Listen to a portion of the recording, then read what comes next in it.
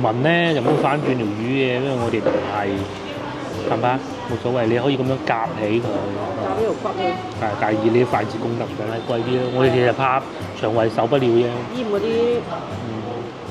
嗰啲咧，因為都唔係好夠膽。炒薄殼好啊，因為新鮮嘅原因咧，其實仲好食過以前啲同學俾我嗰啲嘢，因為就係呢個啦。獨特戲劇人民博物館式酒店，2377，係啊，冇睇錯啊！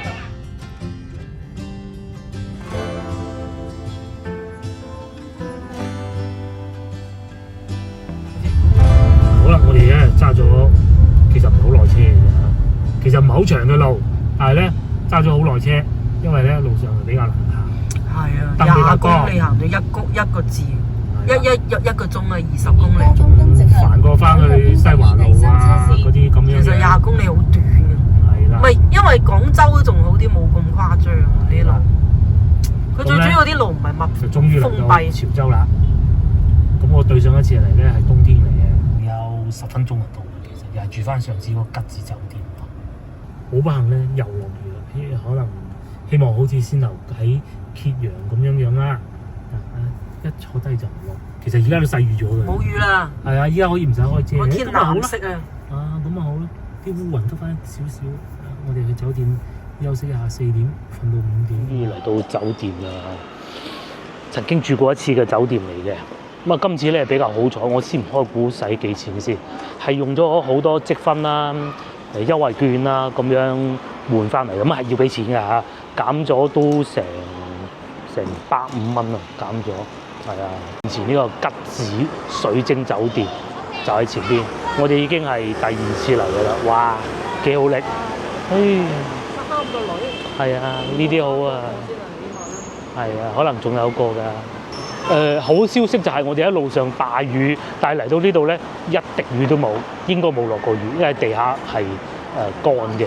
唔知行前少少咪城南小學咯。係啊，又嚟到 room tour 啦，我哋係512房啊，512房呢度10，呢度12，冇錯啦。幾近電梯喎。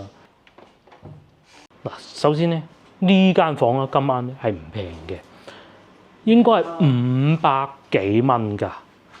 咁點解能夠我可以咁平訂到咧？呢一個啦，吉子潮州古城牌坊街酒店。咁啊，之前咧已經喺度住過㗎啦啊，378蚊。究竟378蚊係點計出嚟嘅咧？原價589，咁金會員減71蚊，折扣因為今個月生日折扣券再減52蚊。咁咧之前住過咁多積分，儲埋埋，數埋埋，再減88蚊，所以咧係378。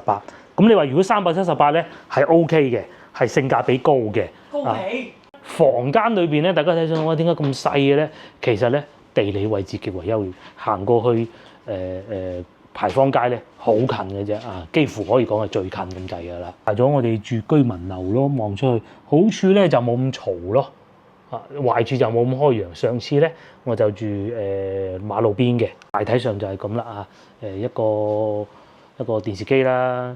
一個辦公台啦，有嘅都有啦，好似呢啲咁樣，肯定唔會少。佢仲有個電話添喎，真係勁啊！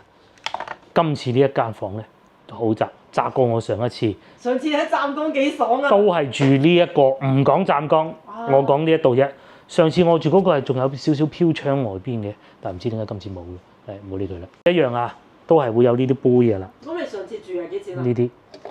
呢啲茶包、煲水壺、兩支水。個咧都好緊要嘅，咁咧佢哋係用呢種壓縮箱啊，我都唔係啊，都係呢一種嘅啫。咁啊就有嘅種好過冇，裏邊有兩支水。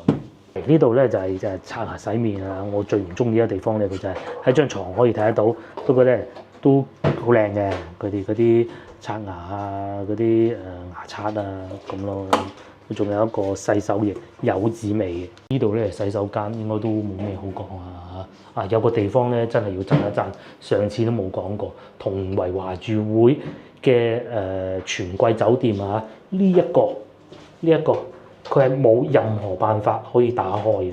咁咧你其他壞心腸嘅住客啊嚇係冇辦法再加到一啲不明嘅液體落去，你係開唔到㗎，係啊，不明嘅液體啊，法國進口精油添啊，仲要而家睇清楚就知，甜橙精油香薰嘅沐浴露。好啦，咁嘅基本上啊，咁 room tour 同大家睇過，我哋都要休息一下先，因為都開咗好耐車啦。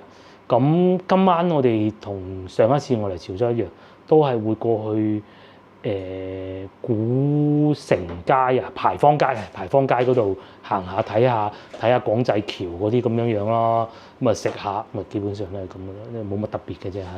啊，只不過就係當地特色美食，譬如嗰啲蠔烙啊嗰啲咧，嗰啲油甘汁啊嗰啲咧。鴨飯啊，嗰啲反沙芋頭啊，都係嗰啲咁樣，係嘛？咁牛肉火鍋今晚就唔再食啦，留翻聽日中午再算。聽日中午食完牛火鍋，再去第二度啊！等陣見。而家係差唔多6點啦嚇，越瞓越肚餓，唔得，要出嚟食嘢啦。咁我哋會去牌坊街嗰度嘅前邊往右。咁啊，我哋兩個都想食魚飯啦，魚生就唔係好敢試，但係又係啦，想食又唔敢試嗰種啦，或者少少啦，睇下有冇少少啦。蟹我就唔敢試，同埋咧一定要忍住。呢度咧小食街好多嘢食嘅，行過又有一間㗎啦，超記牛雜咁，你又想食嘅啦，唔好食。等一等，忍住手先嚇。我已經聞到好濃嗰啲牛肉味，好濃好濃。豬腳飯又有，古城小炒，呢度又有魚生好多喎，甚至連東北菜都有添。冇理由嚟呢度食東北菜喎。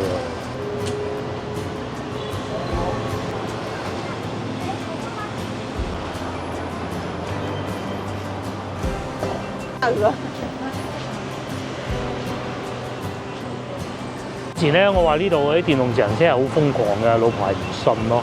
咁都正常咧，佢未見過啊嘛。我都講過㗎，話喺呢度咧，開電動自行車嗰啲人咧係不能夠玩手機嘅，因為點解咧？因為四方八面都有車懟埋嚟㗎。我哋先頭開車見過啦，係咪？喺廣州咧，其實係可以啊，一路開一路玩手機係得㗎。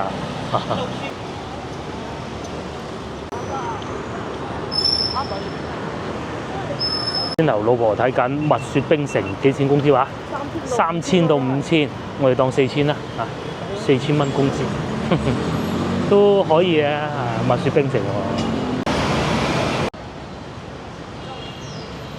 好，咁啊開始嚟到呢個叫做西馬路嘅地方咧，呢度咧就係牌坊街啦。咁我哋想食粥嘅粥城呢度已經見到第一間啦，睇下過去睇下咪知咯。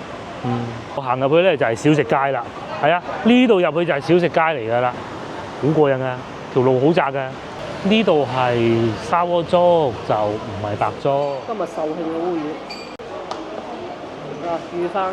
又嚟讀餐牌時間啦，咁咧老婆已經揀咗啲㗎啦。我咧就主張就唔點砂鍋粥嘅，就點白粥加其他嘢食咯。因為砂鍋粥咧一食就飽咗，咁啊唔好㗎嘛。咁啊，所以咧佢又冇點砂鍋粥，白粥佢應該點2個咁然之後老菜譜焗魚又有啦，焗蝦又有啦，焗蟹又有啦，焗龍蝦都有。鵝肉又有啦，滷水呢度多嘢食喎。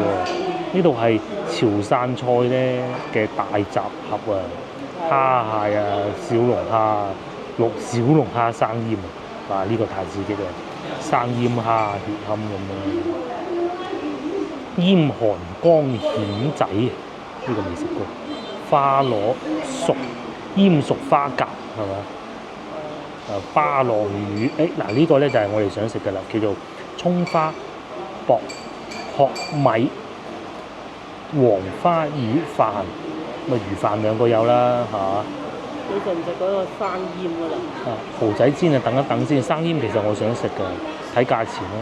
咁啊，金不換炒薄殼定係炒薄殼啊？是但要一個嘅啫。係，梗係金不換嗰個。金不換係嘛？咁啊，嗰個減翻佢咯。血堪啊！唔好血堪。唔好啦，真係。係啊，我老婆仲揀咗一個牛丸湯，一係就要嗰個鵝肉啊嗰啲咁嘅。唔好鵝肉，鵝肉第度食好食啊！我呢度係冇魚生嘅，淨係得生醃嘅啫。係啊，係，仲有啲鹹酸菜啊咁樣，仲有特色小食生醃。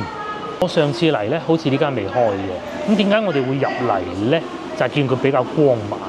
嗱，你話有冇當地人食咧？我可以保證係冇嘅。咁但係點解會入嚟呢度？第一，呢度夠光猛。第二咧就係因為我哋真係唔識㗎，同當地人比，我點會識得㗎？係咪冇可能㗎嘛？我揀嗰間就係當地人。係啦，佢揀嗰間當地人，但係呢要行路，行啲居民區嗰邊。半個鐘頭，揸車我又唔想揸，因為條路況實在太難以控制。已經行步行街啦，一陣間又揸翻嚟。又揸翻架車去，我要揸個掉頭，跟住揸翻去嗰度食完，再揸翻架車去酒店，酒店再行個步行街，諸如此類，咁啊都係唔好啦。仲考慮過嚇，如果咧我冇嚟過潮州咧，我就會揸車去嗰度食完咧，剩翻部車都幾複雜㗎。或者聽朝咯。係啊，聽朝再講啦，嗰啲就聽日可以再去食嘅。嗰間就叫白粥呢間啊，食砂鍋粥嘅。係，等等。一嚟就先上白粥先嚇，咁啊潮州白粥就係呢種冇味㗎，有米味咯，算大碗喎。我上次嚟嘅經驗咧就係，我當時嚟到咧，再開始已經忍住口㗎啦，後來咧都係忍唔住食咗，搞到後邊有好多美食咧都食唔到，就係咁啦。真係好白喎！好白㗎，飲啖茶先。哇！你睇住飲咗啲茶瞓唔着喎，會唔會？係啊，鹽味都冇㗎喎。佢呢啲茶係。佢可能要整嗰啲魚啊。佢呢啲咩茶嚟啫？單種啊嘛。可能係。潮州茶。終於咧，心心念念就食到啦。魚飯終於嚟啦。點都好過廣州嗰啲嘅，係嘛？魚飯。食過一次喺廣州嗰邊。而且咧，其實佢賣得唔係好貴，黃花魚呢個賣緊。喺廣州食呢啲又。38啫嘛，呢個喺廣州收你68都夠膽啊！有冇咁靚我唔知啊。鹹靚。係啊，佢係鹹嘅。有咩魚飯咧？其實係咁嘅，潮汕人咧，即係始終物資短缺啊。咁啊飯都冇得食嘅喎，但係咧魚就多啦。咁佢哋咧打咗魚翻嚟多個頭，點辦咧？佢又唔似話台山人咁啊做鹹魚，佢咧就擺度等佢簡單風乾咗之後咧，就攞嚟當飯食嘅。好實嗰啲肉，好實淨，冇骨。就乾咗一晚咁咪再攞嚟食咯。嗱，再點少少普寧豆醬，去到普寧唔係冇去普寧，咁啊都有普寧豆醬嘅，好實嘅啲肉佢係真係。夠菜。跟住咧再食少少粥。呢度已經係遊客區。遊客區都可以啦，價錢咯。可以啊，呢個價錢咯。又唔算好離譜。海鮮類貴啲。冇正常嘅。蝦煙蟹貴啲咯，我哋其實怕腸胃受不了啫。煙嗰啲。煙嗰啲咧，因為都唔係好夠膽。炒薄殼好啊！我哋反而翻到可以慢慢食咯。點解咧？因為我哋怕死。係啊，因為又要怕自己腸胃唔得，所以冇食嘅。其實怕自己腸胃問題。應該就冇問題，因為我上次都食過，我嚟呢度上次，因為我上次係嚟3日2夜，就全部喺晒潮州嘅。咁然之後咧，咪就食咯。食咗冇事㗎都係點嘅潮州菜嚟嘅。除咗牛肉火鍋以外咧，呢個台面都算經典，就係冇咗生醃。好貴啊！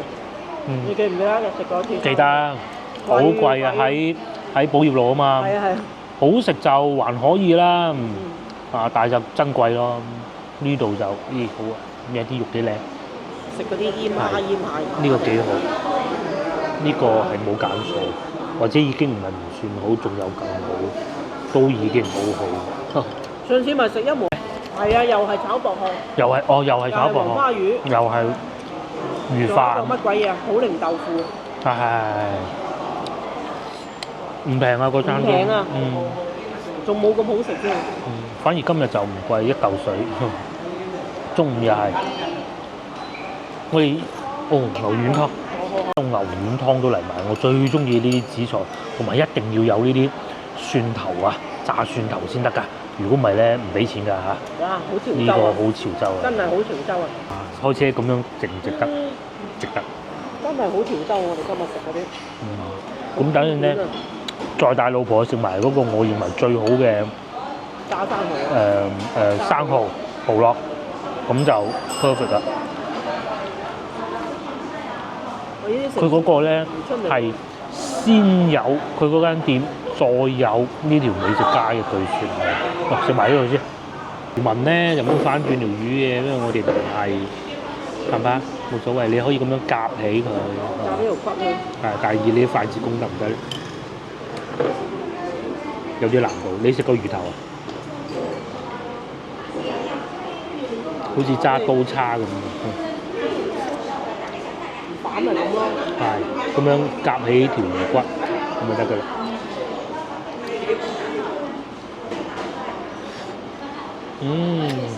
成功咗。炒薄殼咧就好得意嘅，佢真係薄殼咯，同埋要慢慢食咁咯，就冇話好似食嗰啲叫咩元貝咁樣一啖吞落口嘅，嗰種慢慢嘆嘅感覺。再食個好奇怪嘅，再食個呢啲，唔係啊！而家夠鐘食飯啦，而家6點鐘啊嘛。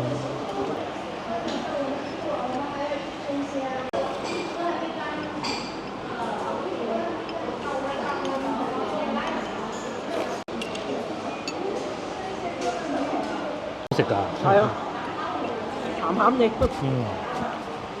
咁啊係，中國人嘅食物咧食嘢係講究搭配嘅，有濃味有淡味咁樣先啱㗎嘛嚇，啱嘅。對條魚好滿意，我試下呢個。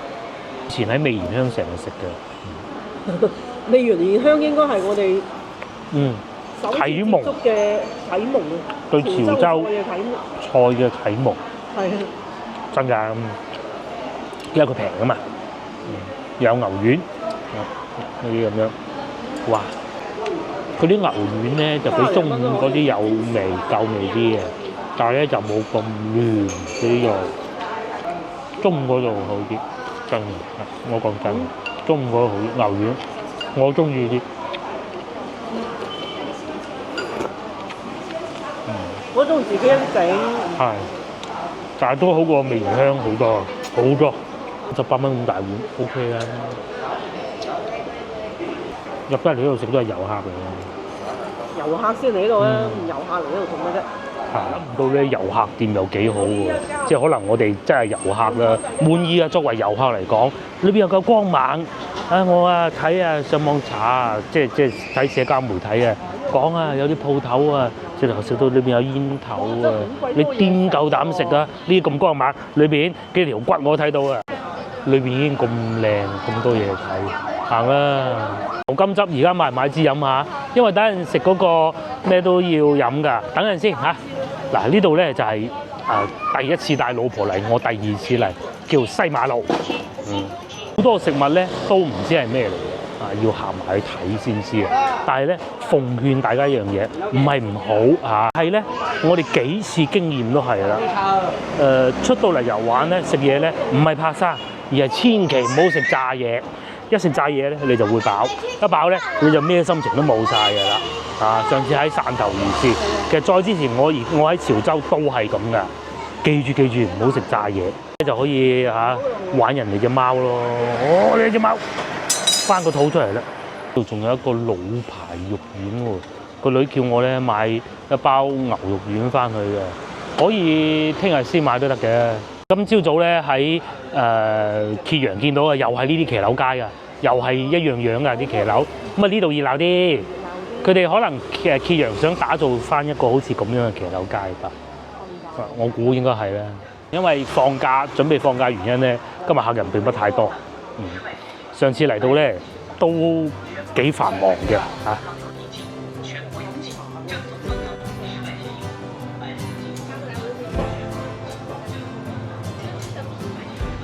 行過呢度。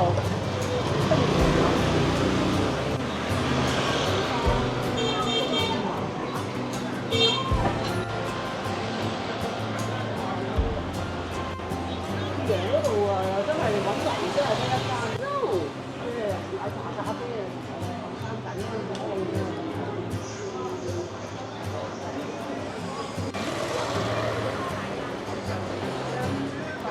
係賣反沙番薯、反沙芋頭、反沙油甘、反沙鹹蛋黃。試下炸嘅喎，唔好啦。係啊，炸嘢咧慎重啊！呢個都仲好啲，因為佢係唔知大家食過反沙未咧？即係佢係有啲糖粉啊包咗喺外邊咁樣嘅咯，甜嘅，咁甜㗎，係啊係好甜㗎。10蚊咋，炒果條。蠔烙又係10蚊咋，但係喺邊嘅咧？炒果條先。哦，呢度老字號小食店喎。10蚊雞。你入去睇下咩樣？係呢種舊騎樓啊，仁壽堂嗰度寫住潮州，起碼啲燈靚啲啊。唔係，係鋪開得好多。哦，即係夠人氣，開得夠多鋪。呢個咧就我之前食過啦，真好嘅。魚飯喎。係啦，係真好嘅。但我唔係食魚餃嘅當時嚇，但係真好。我唔記得食咩啦嚇。上次我係食過呢一檔，係咪呢檔啊？唔好意思，我用錯咗，唔係呢檔，係另外一檔。呢個係食魚餃啊！喺外邊馬路都有一間㗎，呢度坐到滿㗎喎。係啊，即係魚皮角啦，大概類似。我咧就買咗返屋企自己食，呢個就當地人嘅店啦。佢上邊冇寫嗰個 CCTV， 我又冇食嘅，排隊都要食㗎啦。好出名啊！菜百糯米豬腸，係啊，1斤45蚊，半斤起稱，好好食㗎喎！聽講呢度見到現場製作綠豆餅，買一份啦嚇。以前呢啲同學成日請我食嘅。哦，啱啱做好，老細喺度吸緊。呢度有工場惠來綠豆餅。豆餅？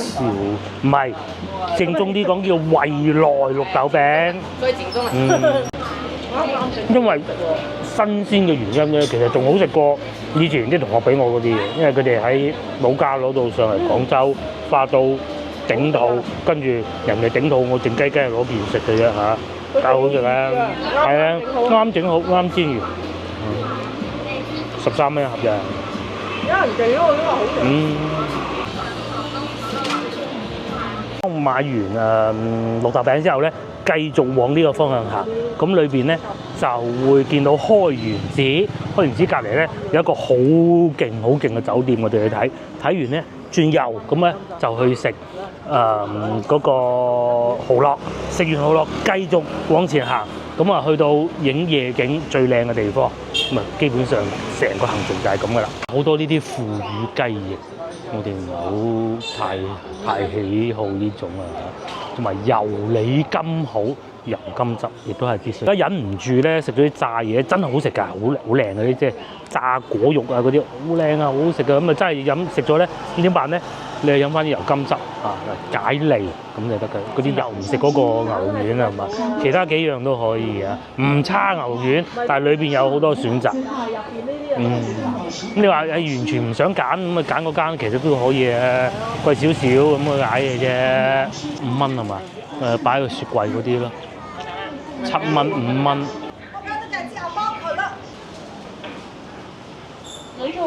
又仲熱鬧係嘛？因為佢哋呢度咧集中，汕頭咧就相對分散啲，汕頭咧就多元化啲，樣樣都有啲，有平有貴。但係咧講到如果喺汕頭想揾一條咁嘅街咧，就真係冇乜㗎啦。有冇人嘅？冇人，有冇人？咁咧嗱，我哋而家咧就想去開元寺門口睇一睇，望一望。咁然之後咧就過去食蠔烙㗎啦，有腸粉，呢度又有腸粉，全部都係遊客又中意，又嗰啲本地人又要食。其實最好就係呢度，遊客又食，本地人又食。佢嗰啲本地人又唔會話劏你一頸血嗰種。哪怕第一間都唔係話貴。係啊，都唔係劏你一頸血咯。即係邊個？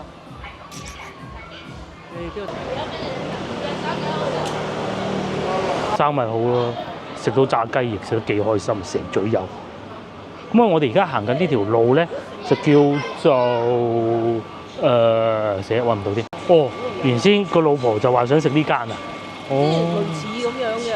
好似差唔多樣嘅，但係裏邊。好多嗰啲咩大排檔。但係裏邊冇乜人喎。哦，點解熄晒燈嘅？我上次行着晒燈嘅喎，即係入就唔入去啫。但係都咁啊係，不過唔緊要啊。再行前少少咧，就係我要去食煎蠔烙嗰度咧，其實就好近嘅。呢個咧就係地圖軟件啦，大家一定要揸住個地圖軟件睇。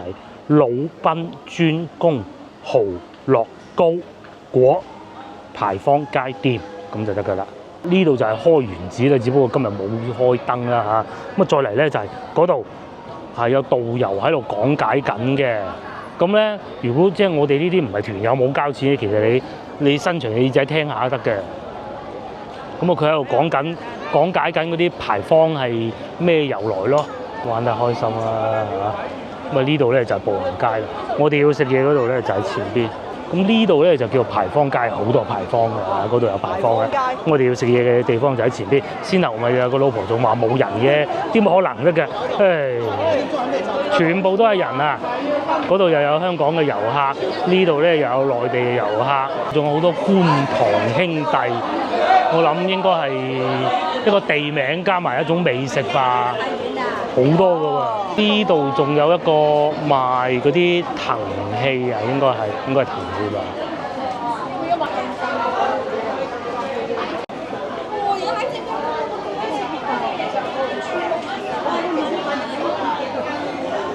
各位香港觀眾，如果你跟團咧，其中一個項目就係嚟呢度夜晚行步行街咯。唔係應該係要咁樣，如果冇呢個項目，我唔俾錢添啦，係嘛？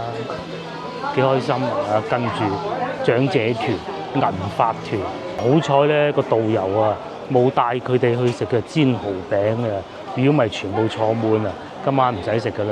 咁啊，如果真係食唔到，就打包咯嚇，就係呢度前少少呢個。大家睇唔睇到魯賓專供娛樂？就係、是、我食過一個呢度啦，一個潮豪已經冇咗啦嚇。我認為最好嘅，不過潮豪咧感覺上就精緻啲啦，坐得舒服啲啦。就係、是、呢一檔啦，阿老細咧就喺嗰度煮嘅。咁啊，仲有薄殼啦，7至9元。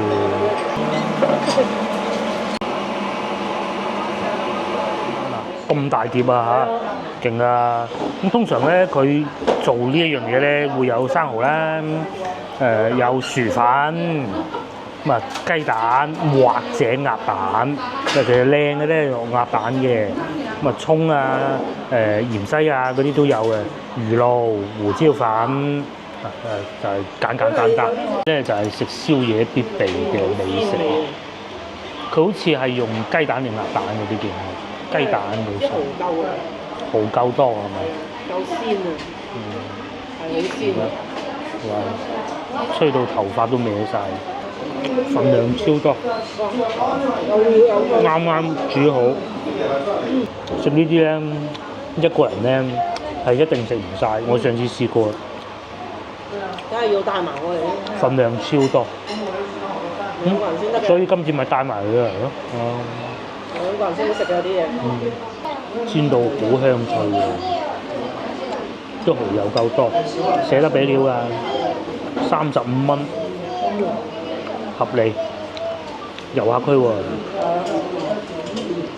啲蠔幾大隻嘅，我話呢度嘅感覺咧就係遊客區，但係都有本地人嘅感覺，即係似以前嘅西華路咁啊，有嘛？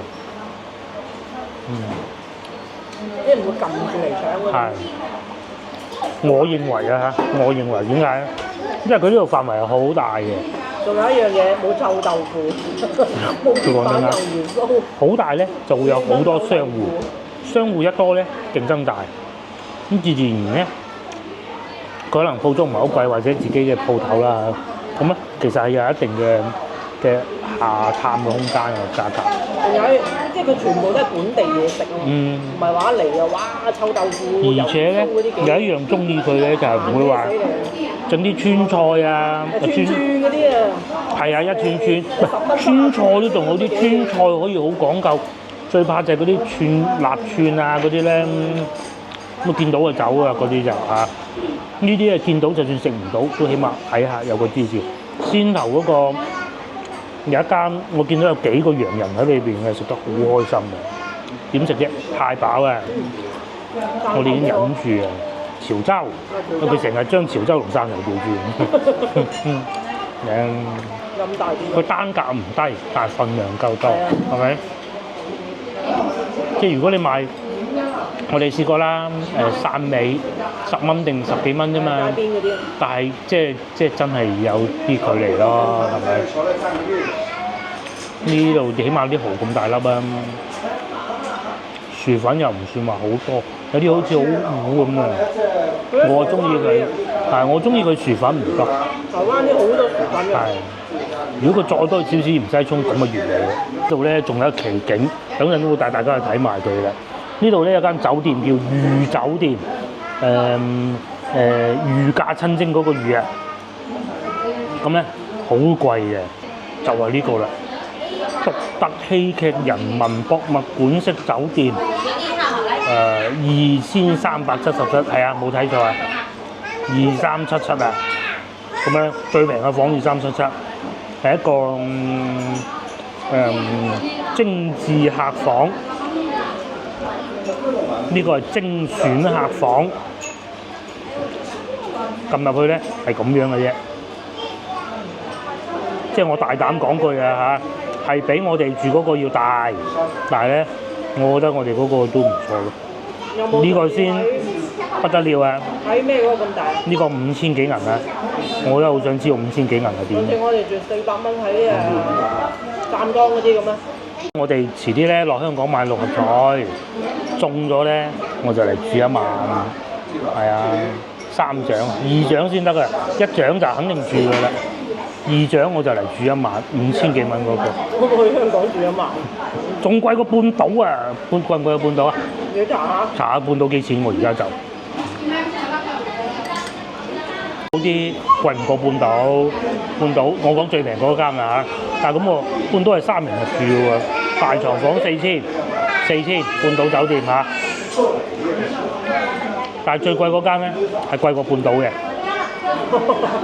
我貴唔過，半島係有啲套房仲萬幾蚊添。但係你講普通嘅，普通嘅都係半島貴啲，普通嘅即係2000幾，半島係4000。但係記住啊，唔係你要講，唔係潭江半島喎，係香港半島。但係你香港幾錢一方？係啊，香港10萬蚊一方，呢度幾錢一方？你要講地價咁大。係講地價㗎嘛，係嘛？呢個就有點梗係唔啱啦，意想不到啊！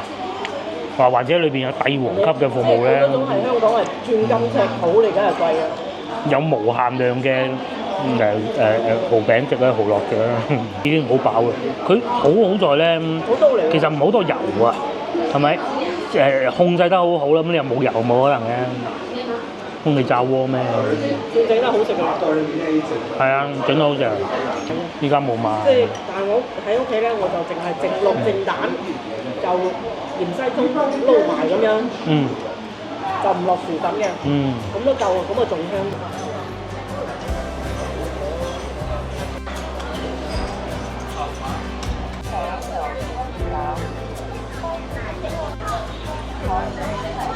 都咁好味啊！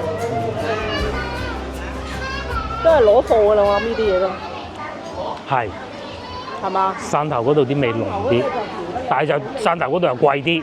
咁啊，總之就係對得翻個價錢，對得起個價錢就係咁啦。咁啊，食咗幾多嘢，行咗幾多路，其實真係已經好飽㗎啦。佢啲份量好足，正如好似老婆師頭所講咧，呢度雖然係遊客聚集地，其實佢可以做得更商業化。或者唔好咁講叫商業化咧，即係嗰啲價錢再高啲咧，好似嗰個酒店咁咧，貴過半島嗰個咧，咁但係佢又冇喎，即係可能真係鋪頭多啊，咁啊綠豆餅啊嗰啲各種都唔怕買，你去問問價錢，喺我書包唔怕，烤肉脯係嘛，16蚊豬肉脯。這種吊籠的比較好吃嘛。哦，仲有分部位勁啊！這個是後腿肉，36一袋。哦，36。後腿肉，不一樣的部位，重量也不一樣。這6兩，這半斤。沒有一些沒有那個油的。這個就肯定要油一點，這個油才好吃。哦，要夠油香先好食。這種就比較乾一點。豬肉乾、牛肉乾係咪？牛肝應該貴啲啦嚇，牛肉是應該正常啦，好合理。好咁啊，當你食飽之後咧，嚟到最後一個景點咧，就係睇呢個叫做廣濟樓啊，同埋廣濟橋。橋仔度啊？係啊，但係夜晚行唔到㗎，朝頭早先行。我聽日行廣濟橋，廣濟橋咧就行到去再慢慢講啦。行到去就知㗎啦。呢度咧就係廣濟樓，廣濟樓咧通常佢哋都會叫東門樓嘅。咁咧喺東門街呢度係潮州古城啊，7城門之首嚟啊！嗱，嗰邊又有啦，係咪好靚啊？原來咧佢係始建於洪武3年啊！我哋今朝走去睇嗰個洪武幾多年話？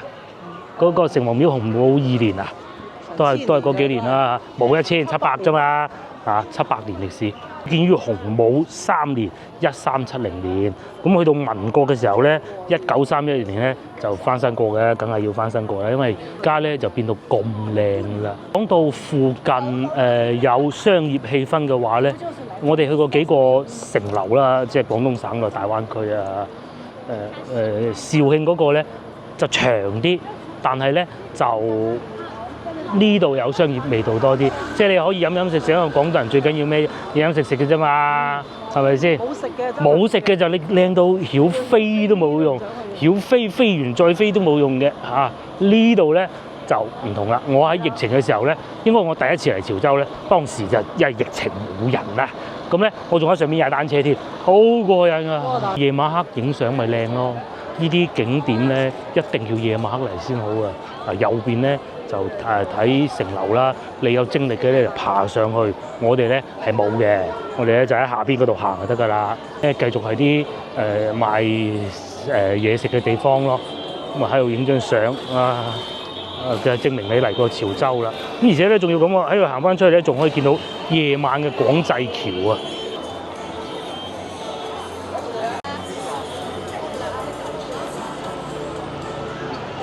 興致大發又喺度做一啲好有特色嘅服裝，咁啊走上去上邊影相咯。着到好似下邊呢兩個妹妹咁樣梳晒頭咁樣上去，證明你嚟過潮州咯。可以買一個網紅雪糕食咯，又有紅桃果啦、老爺寶號啦、廣濟樓、廣濟橋啦、廣濟樓咪就係呢度啦。呢度咧就係成個步行街最熱鬧嘅地方啦。大家睇下呢度啊！開元寺一路行過去就係開元寺嚟嘅啫，幾多人？呢度就叫東門街，就係我之後所講嗰度啦。行過去咁啊，一路行一路睇一路影相，幾靚啊！到夜晚黑特別靚啊，所以咧一定要夜晚黑嚟。可以過去啊嘛？可以，我哋就過去睇啊，係啊，過去睇。呢個必到景點之一啦！嚟潮州嗱，你先頭嗰度食完個蠔螺，潮州啊，然之後咧咁樣過去咁啊睇下。其實如果就得好時間咧，最好嘅辦法咧就係行廣濟橋嘅，不過夜晚就關咗門啦。係啊，夜晚關咗門啦，唔使睇啦。係啊，夜晚關咗門嘅，咁一路行過去對面咯。哇，有回音喎！有回音嘅，好多遊客。全部都係遊客咯。一場嚟到，梗係嚟睇下啦，係嘛？嗱，廣濟橋如果興致大發，聽日可以去行下睇下㗎。係廣濟橋要早上行㗎，夜晚行唔到，因為佢閉咗橋㗎。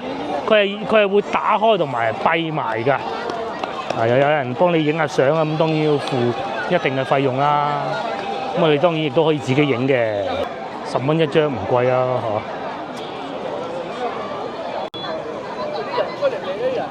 有遊客咧，團友咧就嚟到呢個位置，咁啊等埋其他團友，咪再後邊嘅行程應該係返酒店㗎啦。嗱，好靚啊！廣濟橋，聽日我哋嚟呢度，香港遊客啊跟團啲團友咪喺一齊度等咯。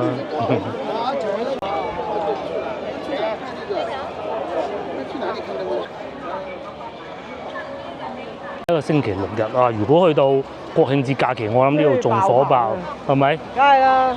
通常過節前、過節後都係比較冷清嘅啲旅遊景點，但係如果識玩咧，應該係好似我哋咁樣，唔好高峰出行嘅。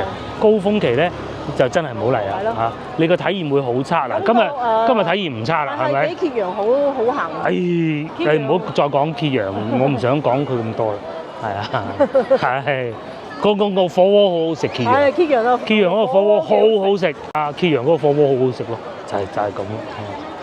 就即係冇其他嗰啲或者有啊，我揾唔到啦嚇。即係佢個旅遊嗰種風氣未帶動到。係未好似嗱呢度咁熱鬧，喺廣東省內有幾個地方咁啊？深圳東門啦，感覺比汕頭北京路啦，真係比汕頭仲永慶坊都冇呢度咁旺，因為呢度好大，佢都可以聚到咁多客啊。係啊，好難㗎，又唔會有好多嗰啲亂咁搭你喺度購物啊、推銷嗰啲人啊。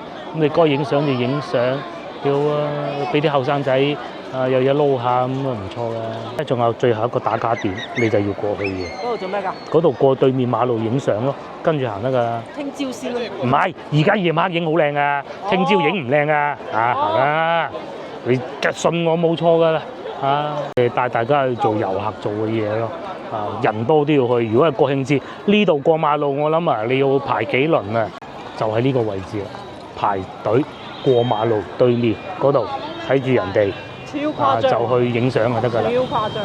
等啊，70秒。過馬路喎。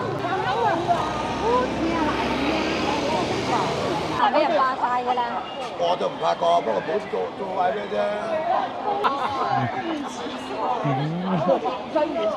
喺個公安嗰個亭嗰度等啦，好唔好？之後咧就要攝個靚位影靚相啊！有無人機好啦，不過冇啊，唔好意思。值得嚟睇下，咁多人咁樣等燈都要嚟睇，係咪？靚到咁靚啊！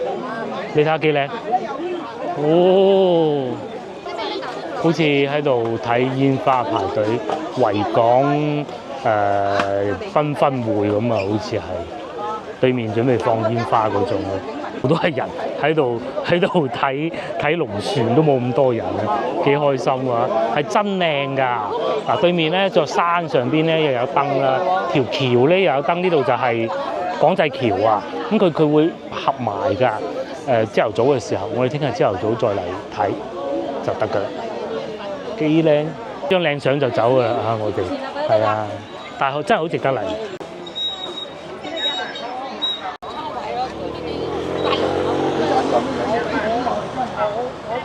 咁玩又有得食，食又好食，又睇下啲古蹟，仲要我哋淨係睇到皮毛㗎啫，只係一個皮毛嘅皮毛。真古蹟啊嘛。係啦。咁啊，行過去對面。而家咧，我哋又慢慢行翻去酒店啊，因為食得太飽啦嚇。行大概20分鐘，咁所以咧住呢個酒店其實 OK 嘅嚇。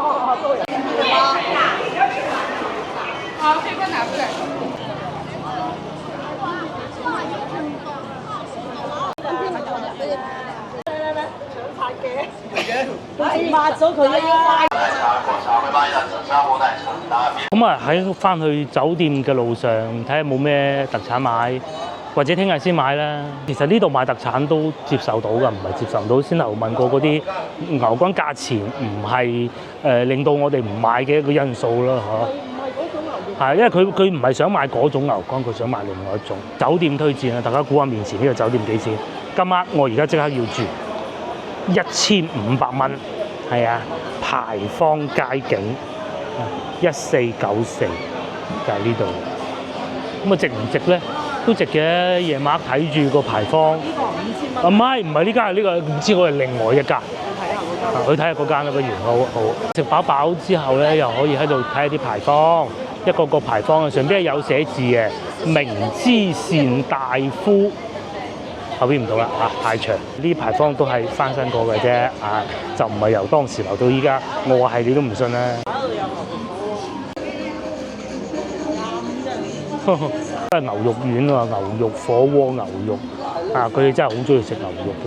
有少少似廈門，都係呢啲閩南文化之一嚟嘅。有惠來綠豆餅啦。呢個係一個叔叔做。呢個啱先嗰間好食啊！馬上喺度整。現場做古井喎。真嘅。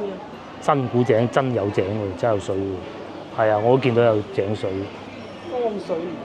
光緒11年。咁後邊仲有個牛肉火鍋店咯，阿賓牛肉火鍋，可能俾個古井頂住咗咧，裏邊不是太興旺嘅。咁靚嘅金雕。金雕門口咧，呢度有隻貓又好怕死嘅，好驚啲小朋友嘅。隻貓走咗入去。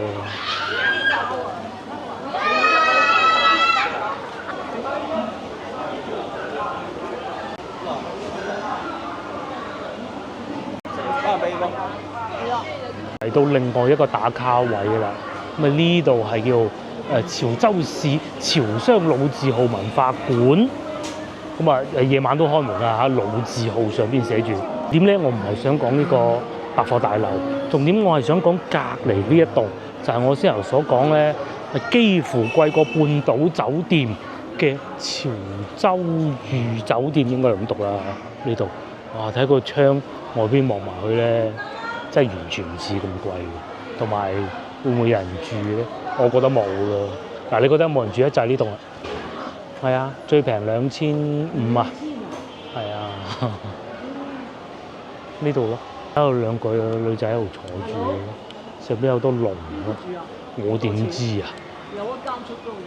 有一間出租咗咁叻啊？唔係定係啊？嗰個係船台嚟。唔知啊，就係咁咯。5000蚊一間咁啊！係啊，最貴嗰間，而家講緊5000蚊係，咁啊最平咧2500啊，好似係呢度。今晚白天鵝，而家我即刻要住啊！白天鵝，大家都知咩咧？呢個價錢。白天鵝幾錢啊？最平1000蚊都唔使。係1000蚊都唔使白天鵝。係啊，白天鵝1000蚊都唔使，最平我講最平啊，唔好講最貴啦。啊，係咪要嚟打卡？住唔到都嚟打下卡啦，係咪？冇睇錯啊，真係！哇，睇下都開心。緊一步之遙，呢度上去應該都係個酒店啊，民宿啊，古城客棧啊，我都唔知係咪啦。總之咧，就喺佢地圖寫喺對面嘅啫，上下鋪200蚊。哦，呢啲係大廠啦，呢啲我哋簡約上下鋪啊嘛。呢種先就係房嚟噶嘛。哦，呢幾靚咯又。係啊，嗱214蚊啫嘛，嚇。呢度就加個零，加個零。加個零。咁啊好啦，喺呢度一路行翻出去咧，就係先頭我哋開始食嘢嗰條街咯。係啊，就係一路行啊，就係呢度啦。咁佢哋呢度咧係真係好大嘅啦，好多牌坊嘅，嗰度又有啦。呢度又有啦，咁啊喺潮州嘅愉快晚上嘅影片咧，又到此結束啦。咁我哋都係時候翻屋企啦。咁啊呢度咧就係西馬路，大家記住，如果嚟潮州玩，記住一定係西馬路。不過西馬路有一個少少地方不是太好嘅咧，就係佢係會有車行嘅。咁啊，所以你行嘅時候咧就要小心啲。我唔知啊，我最接受唔到一個酒店咧，唔係貴。而係咧人少冇人氣，成棟樓得你一個，哇！真係都幾麻煩啊！唔知，拜拜，聽朝早見。聽朝我哋食自助早餐。